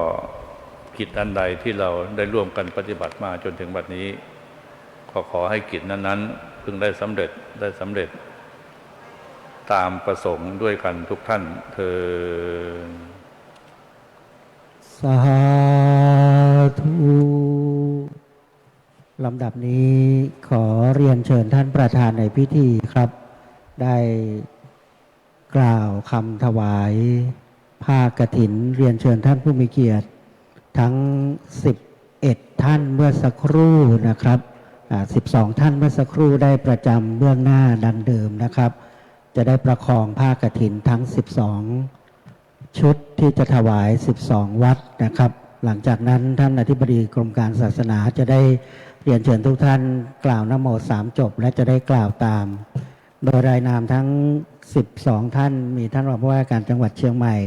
คุณอัญชลียุพเมฆคุณภัทราตุลาธรรมธรคุณกฤษมนตุลาธรรมธรคุณธรรมรัตน์อิงพงพันธ์คุณสุดาเมฆถาวรสวัสดิ์คุณรัตนัทมั่นนิธิชัยกุลคุณวัฒนาชัยยะคุณนัทกรพระวัฒนนท์ท่านนายอำเภอจอมทองท่านสุรพลเกียรติชัยยากรผอ.อารีพันจันทร์นะครับขอทุกท่านได้ประคองผ้ากฐินนะครับเบื้องหน้าพระสงฆ์ทั้ง12รูปขอเรียนเชิญครับ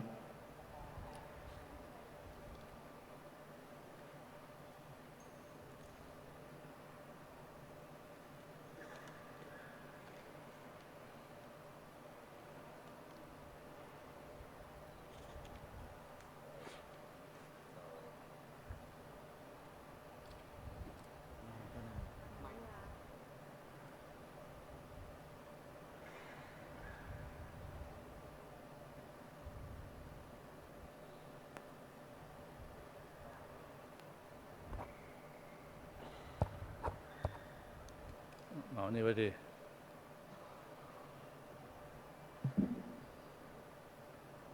เรานะโมพร้อมกันนะครับนะโมตัสสะภะคะวะโตอะระหะโตสัมมาสัมพุทธัสสะนะโมตัสสะภะคะวะโตอะระหะโตสัมมาสัมพุทธัสสะนะโมตัสสะภะคะวะโตอะระหะโตสัมมาสัมพุทธัสสะกล่าวตามนะครับอิมังมะยังพันเต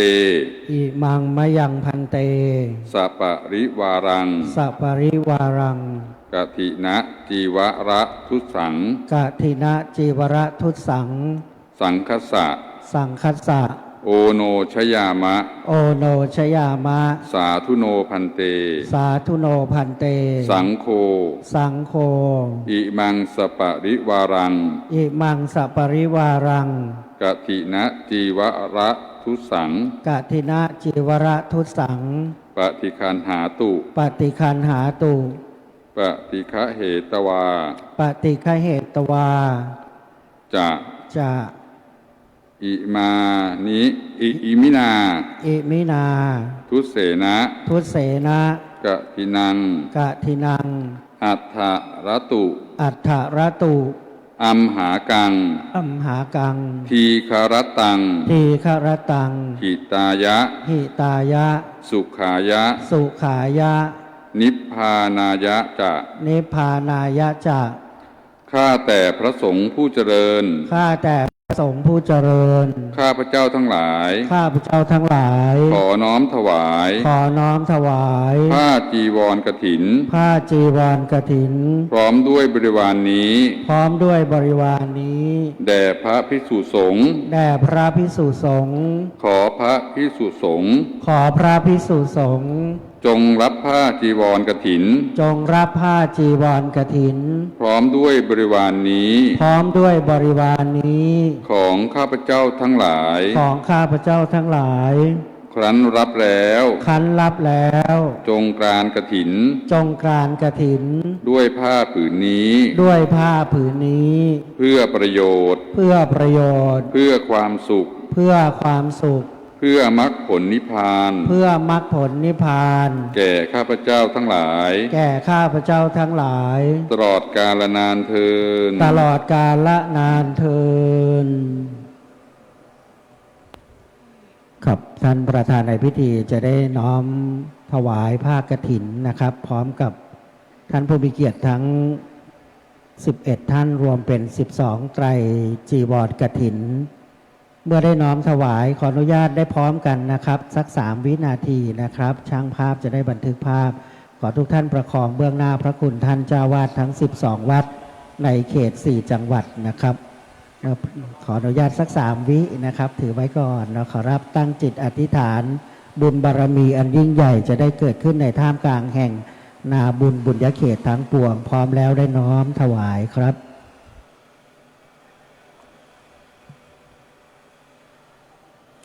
และเชิญทุกท่านได้น้อมประเคนทยธรรมนะครับเป็นผ้านิสีธนะนะครับที่นอนเรียกว่าบริวารกฐินนะครับผ้านั่งผ้านอนนะครับวางด้านบนเลยนะครับข้างๆไตรกฐินนะครับ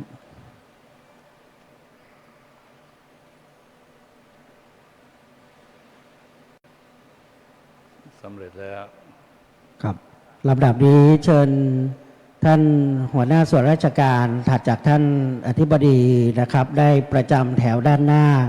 ตรงข้างนะครับและเรียนเชิญศรัทธาสาธุชนทุกคนเข้าประจำด้านข้างพระคุณท่านที่ปูเสื่อแดงไว้นะครับขอเรียนเชิญท่านรองผู้ว่าการจังหวัดครับได้ประจำด้านหน้านะครับท่านอธิบดีจะอยู่ตรงเมื่อสักครู่นะครับเพื่อกล่าวคำถวายผ้าป่าครับขอเชิญศรัทธาทุกคนด้วยนะครับของคณะทั้ง12คนเชิญเลยนะครับเชิญหัวหน้าส่วนราชการมีท่านผอ.พสจ.ทั้ง4จังหวัดหรือผู้แทนนะครับท่านวัฒนธรรมด้วยนะครับ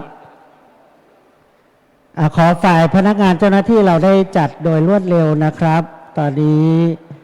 เป็นการถวายผ้าป่าสามัคคี288วัดผ้ากฐิน12วัด นะครับโดยการนำใต้ร่มบารมีธรรมอันยิ่งของพระเดชพระคุณพระพรหมวชิรโพธิวงศ์หัวหน้าคณะพระธรรมทูตสายประเทศอินเดียและเนปาลเจ้าวาดวัดไทยพุทธคยาทุกท่านถ้าไม่ครบก็สองไตรนะครับเมื่อท่านนั่งอยู่ด้านหน้าแล้วขอให้ท่านประคองผ้าไตรผ้าป่าประคองผ้าไตรผ้าป่าพระคุณท่านหันหน้าเข้าหันเก้าอี้เลยนะครับจะยาวไปจนถึงให้พรและสวดอภิธรรมขอพระคุณท่านหันเก้าอี้ขอรับ ฝ่ายประสานงานแต่ละแถวจัดแจงนะครับเมื่อพร้อมแล้วญาติโยมเรานั่งคุกเข่าพระคุณท่านนั่งเก้าอี้หันเก้าอี้เข้าครับโดยเฉพาะล้านนาเราบอกว่าทำบุญอย่าทำรับหลังพระทำต่อหน้าพระประคองก่อนนะครับประคองผ้าไตรผ้าป่าก่อนครับท่านประธานจะได้กล่าวคำถวายผ้าป่าพนักงานเจ้าหน้าที่เชิญ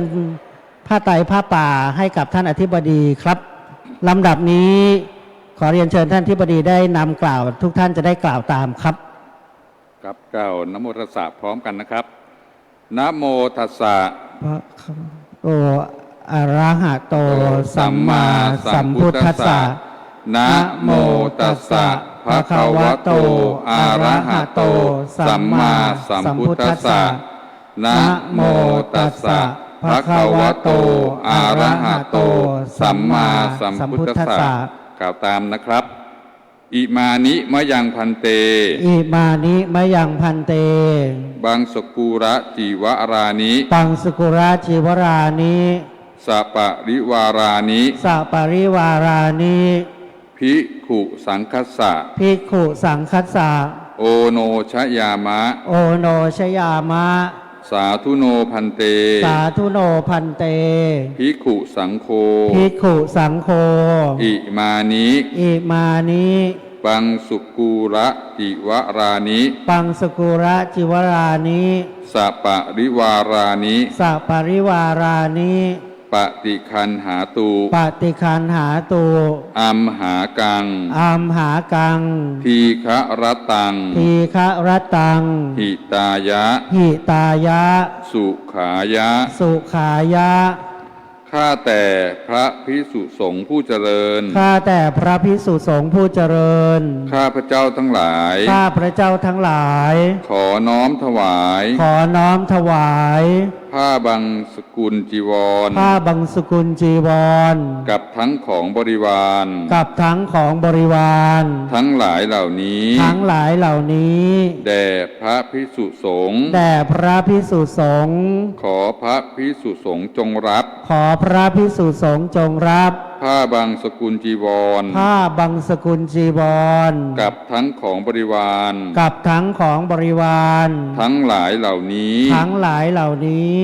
ของข้าพเจ้าทั้งหลายของข้าพเจ้าทั้งหลายเพื่อประโยชน์เพื่อประโยชน์เพื่อความสุขเพื่อความสุขแก่ข้าพเจ้าทั้งหลายแก่ข้าพเจ้าทั้งหลายตลอดกาลนานเทินตลอดกาลนานเทิ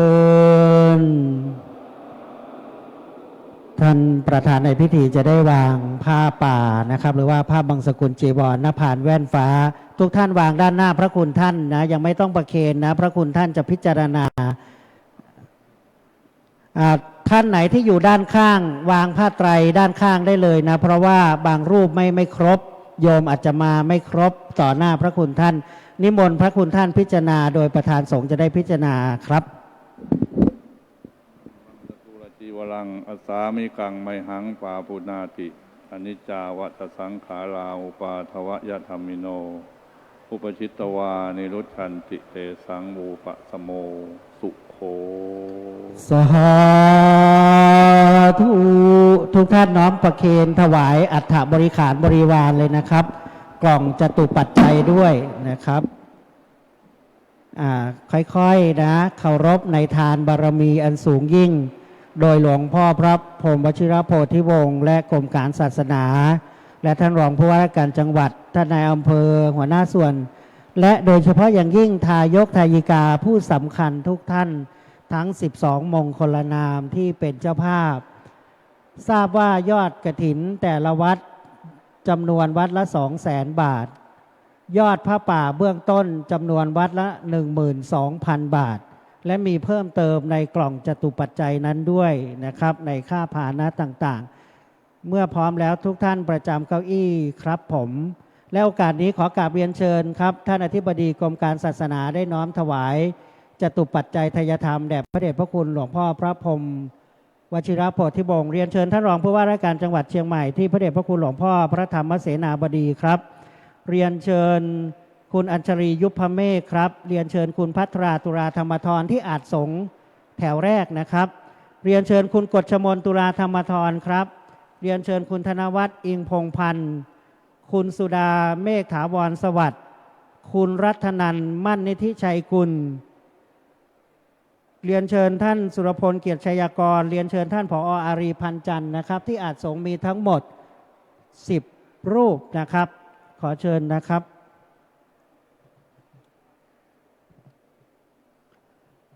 ถ้าไหนถ้าถวายคู่กันก็เชิญเลยนะครับเพราะว่าได้เตรียมไว้12ชุดนะครับท่านผอ.เข้าไปประเคนได้เลยนะครับพร้อมได้เลยนะครับได้บันทึกภาพครับฝ่ายประสานงานของกระทรวงนะครับของกรมการศาสนาด้วยนะครับเชิญท่านผอ.คู่กับสุภาพสตรีทั้ง3ท่านได้เลยนะครับถวายที่นะครับข้าง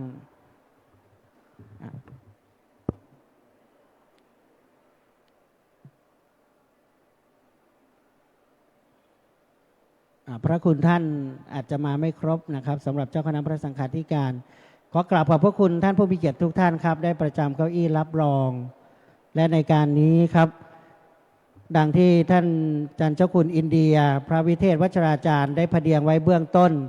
จะได้มีการสวดพระอภิธรรม7 คัมภีร์ถวายเป็นพระราชกุศลแด่สมเด็จพระนางเจ้าสิริกิติ์พระบรมราชินีนาถพระบรมราชชนนีพันปีหลวงและจะได้เจริญจิตตภาวนาเป็นเวลา93วินาทีนะครับและหลังจากนั้นพระคุณท่านจะได้ตั้งอนุโมทนาประธานในพิธีจะได้กราบพระรัตนตรัยกราบประธานสงฆ์นะครับขอเชิญทุกท่านประจำเก้าอี้ครับลำดับนี้เราจะได้น้อมรำลึกสำนึกในพระมหากรุณาธิคุณแห่งพระบรมจักรีราชวงศ์ใต้ร่มพระบารมีใต้ร่มโพธิสมภารในพระบาทสมเด็จพระเจ้าอยู่หัวและในรัชกาลแห่งพระบาทสมเด็จพระบรมชนกาธิเบศรมหาภูมิพลอดุลยเดชมหาราชบรมนาถบพิตรเพื่อถวายเป็นพระราชกุศลแด่สมเด็จพระพันปีหลวงขอกราบอาราธนาพระเดชพระคุณหลวงพ่อเจ้าคุณพระสุวรรณเมธีต้นเสียงครับนะโมตัสสะภะคะวะโตอะระหะโตสัมมาสัมพุทธัสสะนะโมตัสสะภะคะวะโตอะระหะโตสัมมาสัมพุทธัสสะนะโมตัสสะภะคะวะโตอะระหะโตสัมมาสัมพุทธัสสะกุศลธรรมาอกุศลมาอภัยกตาธรรมาสุมากุศลายาสเมสมัยเยกามาวาจลังกุศลังตังอุปานังโหตโสมานาสสหคตังญาณสัมปโยตังปาลามนังวาสัทธาลามนังวาคันธามนังวารสาลามนังวาโพ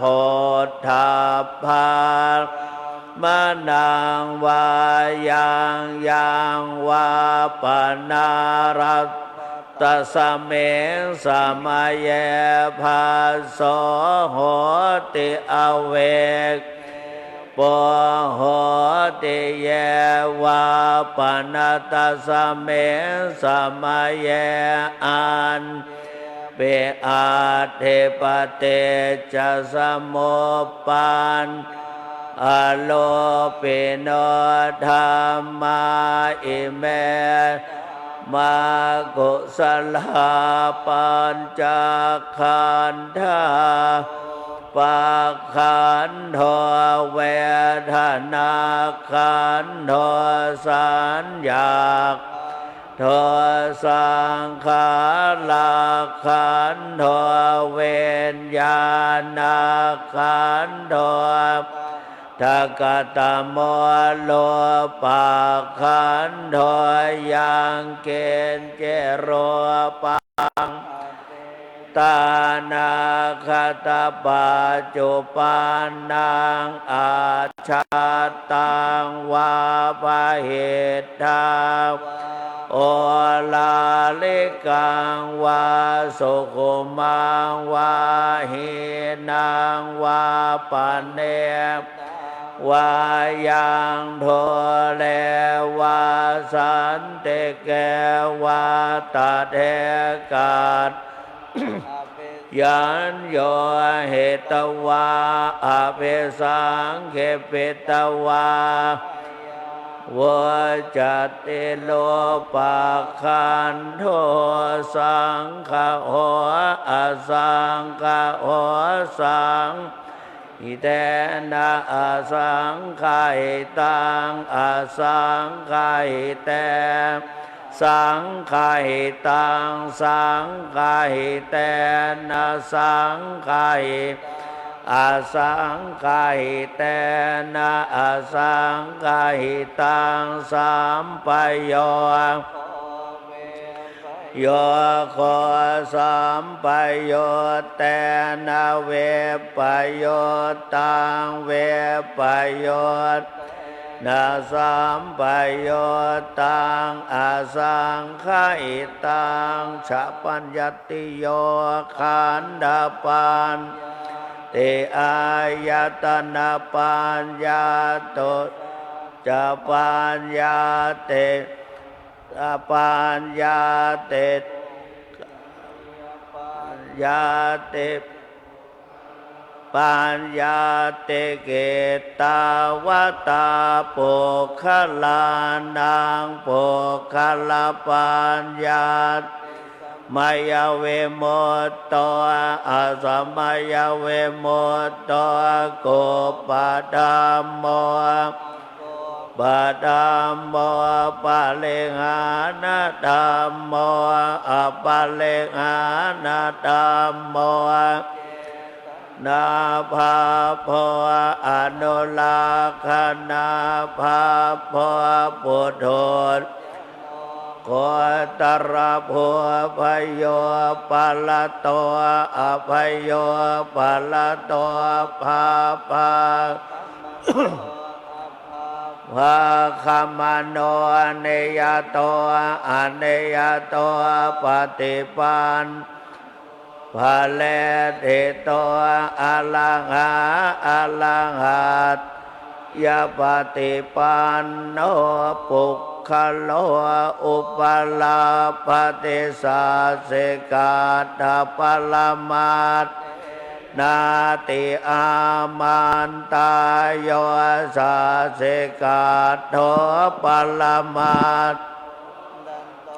โสปุคคโลอุปลาปฏิสัสสิกาละมาเทนาเตนะเหวังวัตตาเพอาชาเอเนกขโลอุปลาปฏิสัสสิกาทปรมัตถ์นาเตนะวัตเลวัตตาเพโยสัสสิกาโทปรมัตถ์โสปุคคโลอุปลาปฏิสัสสิกา ละมาเท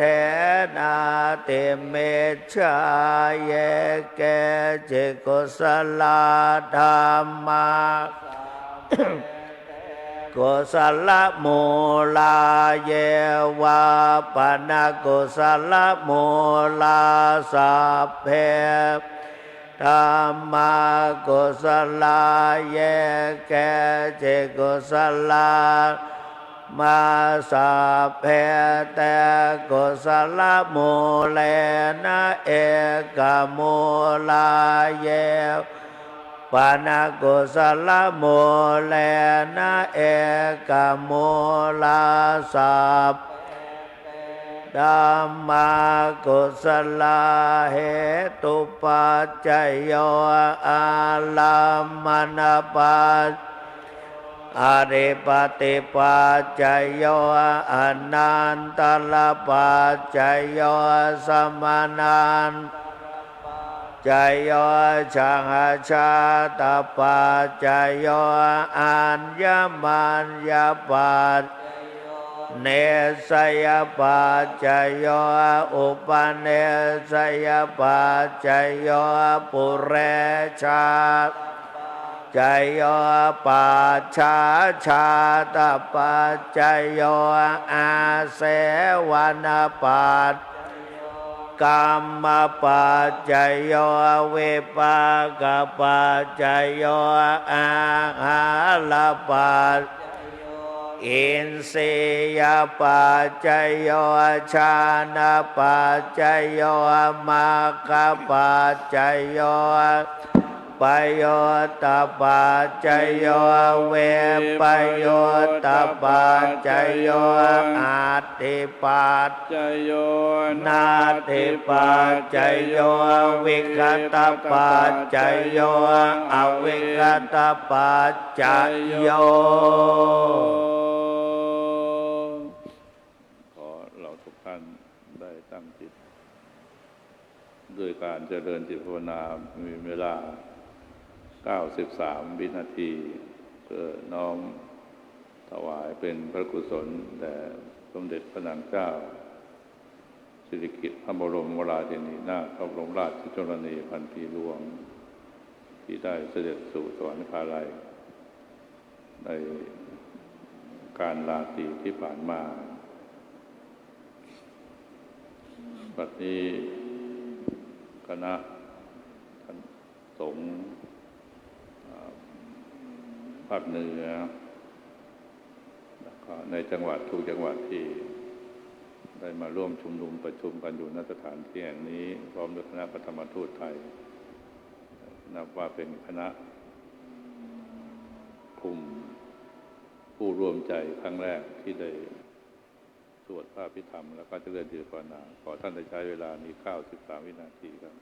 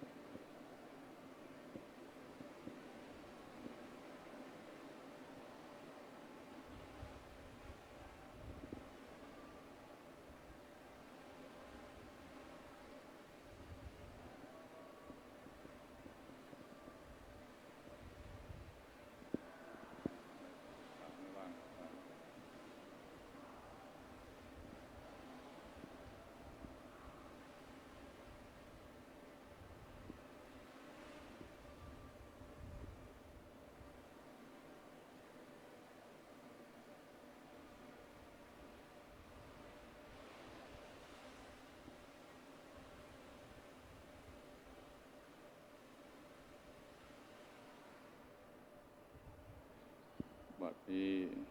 เป็นเวลาพอสมควรสัพเพพุทธาภลาปตาปเจกานันพลังอรหันตานันจะเตเชนรักขังบันทามิสา ภัสโส สาธุกราบนิมนต์พระเดชพระคุณหลวงพ่อเจ้าคุณพระสุวรรณเมธีได้ตั้งอนุโมทนาวิธีนะครับในบทอนุโมทนายถาและบทอนุโมทนาผ้ากฐิน และบทอัฐาสิเมเพื่อถวายเป็นพระราชกุศลขอกราบราตนาครับ ยะถาวาริวะหาปุราปริปุเรนติสาครังเอวะเมวะอิโตทินังเปตานังอุปกปปติ อิจิตังปฏิตังตุมหังคิปะเมวะสมิจฉตุสัพเพปุเรนตุสังกปาจันโทปนรโสยะถามะนิโชติรโสยะถาเววาชันโตสัพพะโรโคเวนัสมาเตภวัตวันตรายโยเทคายโยโกภวสัพเพสันโตสัพพะโรโคเวนัสตุมาเตตลายโยสุเขเทคายโยโกภวสัพเตโยเววาชันโตสัพพะโลสตุมาเตภวัตวันตรายโยเทคายโยโกภวะอภิวาทนาสิเลสวัฏาปัจจายโนจัตตารวัฏันติอายุวันโนสุขังภาลังกาเลทะทานเตสะปัญญาวาทานเวตามาสลากาเลนะเทนนางโสโภเตโสตาเทโสเวปัสสันนามานาสเวปุลาโหเตทาเขนาเยตาทาอันวายยาวาจังกาลอนเตวานะเตนาทากโอนาเตเปปุญญาสะภาเคนตัสมาปฏิวานาเจตโตยัตถะเทนนางมหาปุญญาเนปลโลกัสเมงปฏิทาโหนเนนันเตรัตนัตตยานุภาเวนรัตนัตตุขโลขพยาเวลาโสกาสัตตุจุปทวาอเนกาอันตรายเวเวนัสสันตุอาเสสะโตสยเสตลาพังโสเทภะขยังสุขังพลังโดยจะพกขังวุฒเทจยสวาสตวันอายุ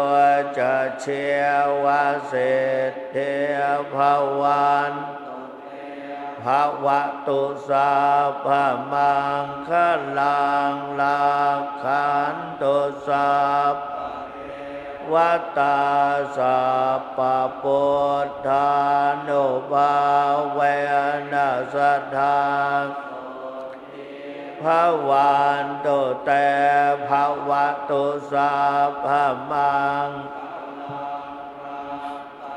ตุสัพพเทวตาสัพพธรรมานุภานัสสดาโสเทภวันตุเตภวตุสัพกลังลาขันตุสัพพเทวตาสัพมานุภาเวนัสสดาโสเทภวันภวตุสัพพมังคลังลาขันตุสัพวัตตาสัพพสังฆานุภาเวนัสสดาโสทิภาวันตุเต สาธุเชิญทุกท่านกราบพระพร้อมกันนะครับเชิญทุกท่านนะครับอรหังสัมมาสัมพุทโธภควาพุทธังภควันตังอภิวาเทมิสวากขาโตภควตาธัมโมธัมมังนามัสสา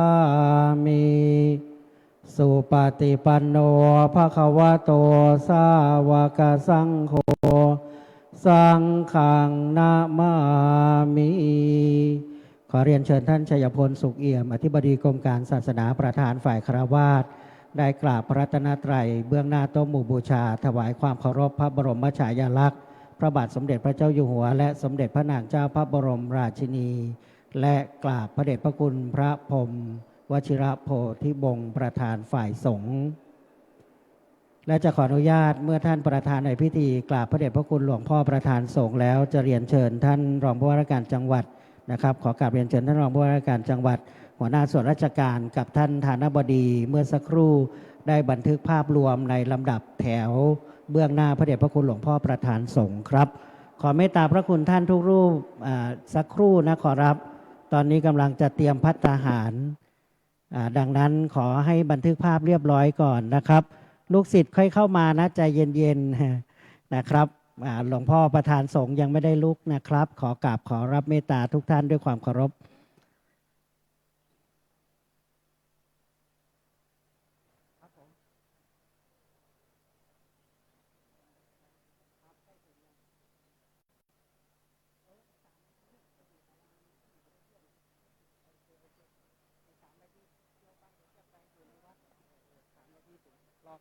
มันมีน้องคนนึงเอาของไปรอแล้ว